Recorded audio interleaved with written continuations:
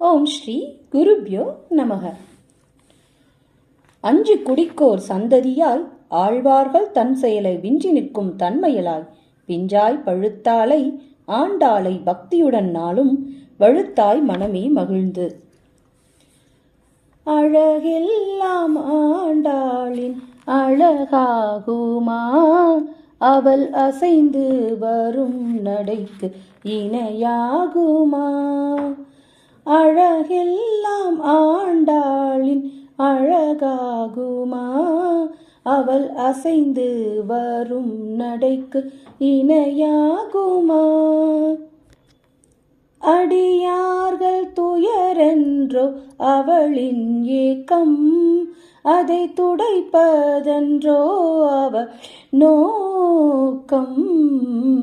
அழகெல்லாம் ஆண்டாளின் அழகாகுமா, அவள் அசைந்து வரும் நடைக்கு இணையாகுமா. பரம், வியூகம், விபவம், அந்தர்யாமித்துவம், அர்ச்சை அப்படின்னு 5 நிலைகள்ல நாம அந்த பகவான் ஸ்ரீமன் நாராயணனை வழிபடுறோம்னு சொல்லப்படுது. இதுல முதல் 4 பாடல்கள்ல முதல் 4 நிலைகளான பரம், வியூகம், விபவம், அந்தர்யாமித்துவம் சொல்லப்பட்டுச்சு. இடைப்பட்டு தோழி ஒருத்தி ஒரு சந்தேகம் கேட்டா 5வது பாட்டுல. அந்த சந்தேகத்துக்கு விளக்கம் கொடுக்கப்பட்டது அந்த பாசுரத்துல. இப்போ இந்த 6ஆம் பாட்டுல விடுபட்டு போன 5ஆம் நிலையான அர்ச்சை, அதாவது அர்ச்சாவதாரம் அப்படின்ற அந்த நிலை விளக்கப்படுது. 6வது பாட்டுல அர்ச்சாவதாரத்தை விளக்குவதற்கு முன்னாடி அந்த அர்ச்சையை வழிபடும் முறைய 5வது பாட்டுல விளக்கியிருந்ததுனால 5வது பாடலில் அவதார மகிமை அப்படிங்கிற ஒண்ணு விளக்கப்படாம விடப்பட்டு போனது. இந்த அர்ச்சாவதாரம்ன்றது வேற ஒண்ணும் இல்ல, நாம திருக்கோவில்கள்ல அந்த இறைவனை எளிமையான முறையில வழிபடுறதுக்கான அந்த முறைதான் அர்ச்சாவதாரம். நாம பக்தியோட அவனோட திருமேனி முன்பு நின்று அர்ச்சம், அதாவது அர்ச்சனை செய்து வழிபடுதல் அந்த முறை. திருப்பாவையின் இந்த முதல் 5 பாடல்களும் திருமாலோட நிலைகள், நோன்போட காரணம், நோன்பிற்கான நெறிமுறைகள், அவதார ரகசியம், இது எல்லாமே விளக்கப்பட்டதுனால இந்த 5 பாசுரங்களுமே திருப்பாவைக்கு ஒரு முன்னுரை போன்ற ஒரு தொகுப்பு. இந்த 6ஆம் பாட்டுல இருந்து 15ஆம் பாட்டு முடிய உள்ள 10 பாக்களும் நோன்பிற்கு வருவதாக சொல்லிட்டு உறங்குபவங்களை அதற்கான காலம் போயிட்டு இருக்கு அப்படின்னு சொல்லி அறிவித்து எழுப்புவது போல அமைஞ்சிருக்கும். கோகுலத்துல முற்பட்டு எழுந்த கோபியர்கள் உறங்கிக்கிட்டு இருக்கவங்கள எழுப்புறாங்க. ஸ்ரீவில்லிபுத்தூரிலே தோழிகளுடன் சென்ற ஆண்டாள் தூங்கிக் கொண்டிருக்கும் ஒவ்வொரு தோழியையும் அவங்க வீட்டு வாயில்ல நின்னு எழுப்புறாங்க. கோகுலத்துல ஒரு தோழியை எழுப்புறாங்க. அவ உள்ள படுத்துக்கிட்டு அதுக்குள்ளாயா விடிஞ்சிச்சு, விடிந்ததுக்கான அடையாளமே தெரியலையே அப்படின்னு கேக்குறா. அடியே பெண்ணே, விடிந்ததை எண்ணித்தானே நாங்க வந்திருக்கோம் அப்படின்னு சொல்ல, அதற்கு எழுந்திருக்க மனமில்லாத அந்த தோழி, நீங்க ராத்திரி எல்லாம் கண்ணனோட நினைவிலேயே லயித்து போய் எப்ப விடியும்னு அப்படிங்கிற எண்ணத்துல இருந்ததுனால இரவு பொழுதே உங்களுக்கு விடியலா படுதோ என்னமோ அப்படின்னு சொல்றா. அதுக்கு இந்த பெண்கள், அடியே பறவைகள் எல்லாம் சிலும்பிடுச்சு, அந்த சத்தம் உனக்கு கேட்கலையா அப்படின்னு கேக்குறாங்க. அதுக்கு அந்த பொண்ணு இன்னும் விடல, உங்க கூட்டத்தையும் நீங்க செய்யற ஆரவாரத்தையும் பார்த்துதான் அது சிலும்பி இருக்கும், வேறு ஏதாவது அடையாளம் இருந்தா சொல்லுங்க அப்படின்னு கேக்குறா. அதுக்கு அவங்க சொல்றாங்க, இங்குள்ள கருடன் கோவிலில் விடிந்ததற்கு அடையாளமாக ஊதப்படும் சங்கொலி கேட்டுச்சே, அது உனக்கு கேட்கலையா? இது விடிந்ததற்கான அடையாளம் இல்லையா அப்படின்னு கேக்குறாங்க. அந்த சங்கோட பேரரவத்தை, அதாவது பேரொலியை கேட்கிற பாக்கியம் உனக்கு கிடைக்கலையா அப்படின்னு தோழிகள் எல்லாம் கொஞ்சம் நகைச்சுவையாவே கேட்கிறாங்க. சங்கொலியை கேட்டதும் ஆத்மாவானது இறைவனோட நினைவில் பட்டு அவனோட திரு உருவம் மனதில் எண்ணி சிந்தையால் தொழும். இந்த சப்தம் பெருகிக்கொண்டே போய் எல்லாருமே இறைவனை வந்தனை செய்வதில் ஈடுபடுவாங்க. அதைத் தொடர்ந்து இறைவனை பாடுவோரும் இறை வணக்கத்திற்கான ஆயத்த பணிகள்ல ஈடுபடுவோரும் அப்படியே குழுமுவாங்க. அதனாலதான் இது பேர் அரவம் அப்படின்னு சொல்லப்படுது. இந்த பேரறவும் உனக்கு கேட்கலையாமா அப்படின்னு கேக்குறாங்க. புல்லும் சிலம்பினகான் புல் அரையன் கோயில் வெள்ளை விழிசங்கின் பேரறவம் கேட்டிலையோ அப்படின்னு அழகா அவங்க இசைச்சு பாடுறாங்க. எழுந்திருப்பில்ல அப்படின்னு அழகான கிராமத்து சொற்றொடர பிள்ளாய் எழுந்திராய் அப்படின்னு ஆண்டாள் அழகா இந்த பாசுரத்துல கையாண்டிருக்காங்க. சிறு பிள்ளைகளுக்குத்தான் ஒன்றும் தெரியாம இருக்கும். இது போல தூங்குறியே, பிள்ளாய் எழுந்திராய் அப்படின்னு தோழிகள்லாம் வெளியே இருந்து கூக்குரல் இடுறாங்க. இதோட விடல எழுவாய் சொல்ல அமைத்தபடியாலே அதோட தொடராக இன்னும் விளக்கமளிக்க மேலும் சில அடையாளங்களை காட்டுறாங்க. முனிவர்களும் யோகிகளும் எழுந்துட்டாங்க. இது எல்லாம் தெரிஞ்சு கூட நாங்க வராம இருந்தா எப்படி? விடியற்காலைன்னு அந்த அடையாளத்துக்கு இது எல்லாம் பத்தாதா அப்படின்னு கேக்குறாங்க. அதுக்கு தூங்குறது தான் முக்கியம்னு நினைக்கிற அந்த தோழி இன்னும் விடல. அட, முனிவர்களும் யோகிகளும் இங்க எங்க வந்தாங்க அப்படின்னு கேக்குறா. இந்த ஆயர்பாடியில அவதரித்த கண்ணனை கம்சனோட ஏவலினால பெண்ணு உருக்கொண்டு கொல்ல வந்த அந்த பூதனைங்கிற பேயோட முளை உண்டு அவள் உயிரை மாய்த்தான். இதை தெரிஞ்சுக்கிட்ட கம்சன் வேறொரு அரக்கனை அனுப்பிச்சான். அவன் நந்தகோபரின் வீட்டின் முற்றத்துல இருந்த வண்டியில பிரவேசித்து கண்ணனை தாக்க வந்தான். இது வண்டி இல்ல, கள்ளச்சகடம்ன்று அறிந்த அந்த கண்ண பரமாத்மா ஒரே உதையாக உதைத்து அந்த வண்டிய சுக்குநூறு ஆக்குனான். அந்த கண்ணன் சாமானியமான ஆள் இல்ல, இவன் குழந்தையும் இல்ல, இவன் தான் பரம்பொருள். அந்த பரம்பொருள் தான் இந்த ஆயர்பாடியில கண்ணனாக அவதரிச்சிருக்கான் அப்படின்னு தன்னோட ஞான திருஷ்டினால அறிந்த முனிவர்களும் யோகிகளும் அந்த ஆயர்பாடியில உள்ள பசு கொட்டகையில, அதாவது தொழுவத்துல வந்து ஆக்கிரமிச்சுக்கிட்டாங்களாம்.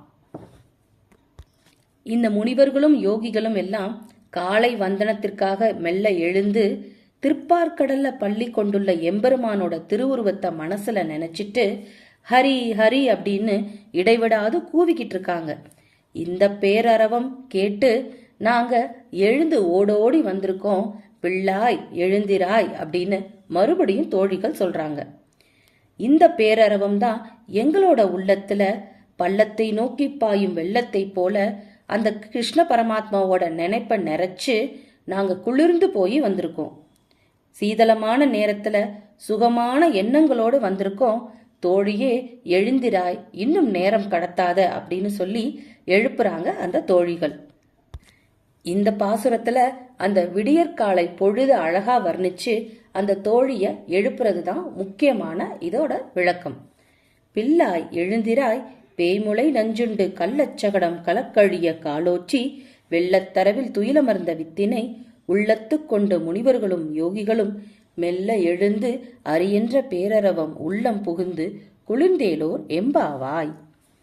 இப்போ இந்த பாசுரத்தோட உட்பொருள், அதாவது சில பாசுரங்களுக்கெல்லாம் இன்னும் உள்ள போய் உணர்ந்து ஆராய்ந்தோம்னா அதோட கருத்து வேற மாதிரி தெரியும். அந்த உட்பொருள் என்னன்னு பார்க்கலாம். உலக வாழ்க்கையில சிக்கி அதிலிருந்து மீள முடியாம உறங்கிக் கொண்டிருக்கும் ஆத்மாக்களை பக்குவம் அடைந்து வழிகாட்டும் தன்மை பெற்ற ஒரு ஆச்சாரியன் தட்டி எழுப்புற மாதிரி இருக்கிறது தான் இந்த பாசுரத்தோட உண்மையான கருத்து, அதாவது உட்கருத்து அப்படின்னு சொல்லுவாங்க. ஆனா உறக்கத்தில் இருக்கும் ஆத்மாவோ இப்போ என்ன அவசரம், அதற்கான நேரம் இன்னும் வரல அப்படின்னு சொல்லி ஆச்சாரியன் கிட்ட கேக்குமா. அரிதான மானிட பிறப்பு தான் அதற்கு தருணம். இப்போது அயர்ந்து விடாதே, நமக்காகவே ஞானியரும் யோகியரும் வழிகாட்டி போயிருக்காங்க அப்படின்னு ஒவ்வொரு ஜீவன்களையும் தட்டி எழுப்பி பரமாத்மாவை கிட்ட சரணாகதி பண்ண தூண்டும் வைணவ தத்துவம் இந்த பாடல்ல ரொம்ப அழகா உட்கருத்தா இங்க விளக்கப்படுது. இந்த வைணவ தத்துவத்தை முதல்ல செந்தமிழ் பாக்களில் விரித்து உரைத்தவர் யார் அப்படின்னா முதல் ஆழ்வாரான பொய்கை ஆழ்வார். இவர் ஏற்றி வைத்த திருவிளக்கு பின்னால் அந்த மற்ற ஆழ்வார்களால் உலகெங்கும் பிரகாசம் அடையுமாறு செய்யப்பட்டது. அதனால இந்த பாடல்ல ஆண்டாள் தேவி பொய்கை ஆழ்வாரை வந்தனை செய்து நினைவுபடுத்துவதாக கூட பொருள் கொள்ளலாம்.